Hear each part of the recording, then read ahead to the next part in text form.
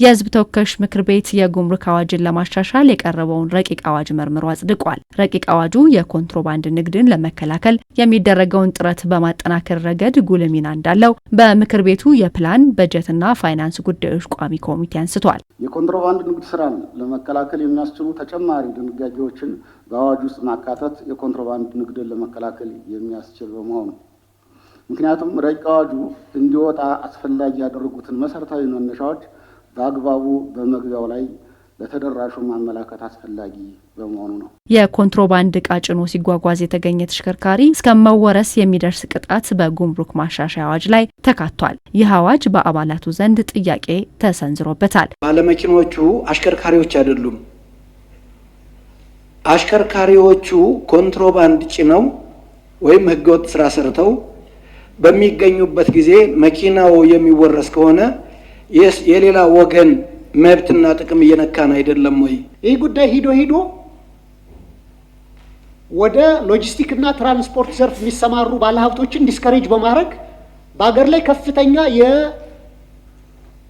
ቼን ዲስራፕሽን የሎጂስቲክስ ዲስራፕሽን በመፍጠር የሸቀጦችን የዋጋ ንረት ሊፈጥር የሚችልና መንግስትም ሊቆጣጠረው ማይችለው ከፍተኛ የሸቀጦች ቀውስ ሊፈጥር ይችላልና ቢታሰብበት። እንዲወረስ የተፈለገው ኮንትሮባንድ ጭኖ የተገኘ ሁሉ አይደለም። የመጀመሪያ መስማማት ያለብን እሱ ነው። ያንዳንዶቹ ቋሚ ስራ ነው ኮንትሮባንድ መስራት። ተሽከርካሪው የተለየ ነው። ለዚሁ ተብሎ የተዘጋጀ ባዕድ ነገር ባዕድ አካላት የተገጠመለት ተሽከርካሪ ይዘው ነው የሚንቀሳቀሱት። ጎማው የተለየ ነው። በጥይት ተመቶ የማይነፍስ ጎማ ይዘው ነው የሚንቀሳቀሱት። ይህ ብቻ አይደለም፣ አርምድም ናቸው። ታጥቀው ጭምር ነው የሚንቀሳቀሱት። ታጥቀው ይንቀሳቀሳሉ። ጉዳትም አድርሰዋል። ብዙ የጉምሩክ ባለሙያዎችና ሰራተኞችን አካል ተራቸው ጎለውን ሞተዋል፣ መስዋዕትነት ከፍለዋል። እነዚህን ነው እኛ ዲስከሬጅ ማድረግ አለብን። የተከበረ ምክር ቤትም ለእነዚህ ነው ትኩረት መስጠት ያለበት። የኮንትሮባንድ ንግድ አስተዳደራዊ ቅጣቶችን በሚመለከት ከምክር ቤት አባላት ጥያቄዎች ተጠይቆ ማብራሪያ ተሰጥቶበታል። አስተዳደራዊ ቅጣቶችን ዲስክሪሽናሪ በሆነ መንገድ ለገንዘብ ሚኒስቴር እንዲተው የተደረገበት መንገድ ለምንድን ነው? ምክንያቱም አንደኛ ይህ ምክር ቤት ህግ የማውጣት ስልጣን አለው።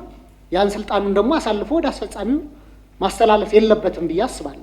መውሰዱ የሚያረጋግጠው እና ያወሳሰድ ሂደቶችን በሙሉ ገንዘብ ሚኒስቴር የሚያወጣ መመሪያ ነው።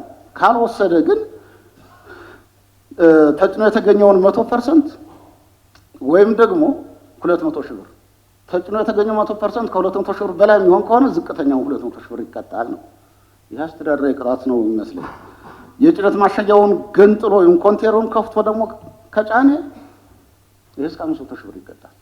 እንዲያም ሆኖ በአጠቃላይ ከተሽከርካሪ ወቅታዊ ዋጋ የበለጠ አይቀጣም። አዋጁ በሀገራችን እያደገ የመጣውን የማኒፋክቸሪንግ ኢንዱስትሪ ልማት የሚደግፍ እንዲሁም ኢንቨስትመንትን የሚያበረታታ ሆኖ ተገኝቷል። የአተገባበር ችግሮችን ለመቅረፍ የሚያስችሉ ድንጋጌዎችን በማካተት ተሻሽሎም ቀርቧል። የጉምሩክ አዋጅን እንደገና ለማሻሻል የቀረበው ረቂቅ አዋጅ ቁጥር 1425/2018 ሆኖ በሁለት ተቃውሞ በአብላጫ ድምጽ ጸድቋል።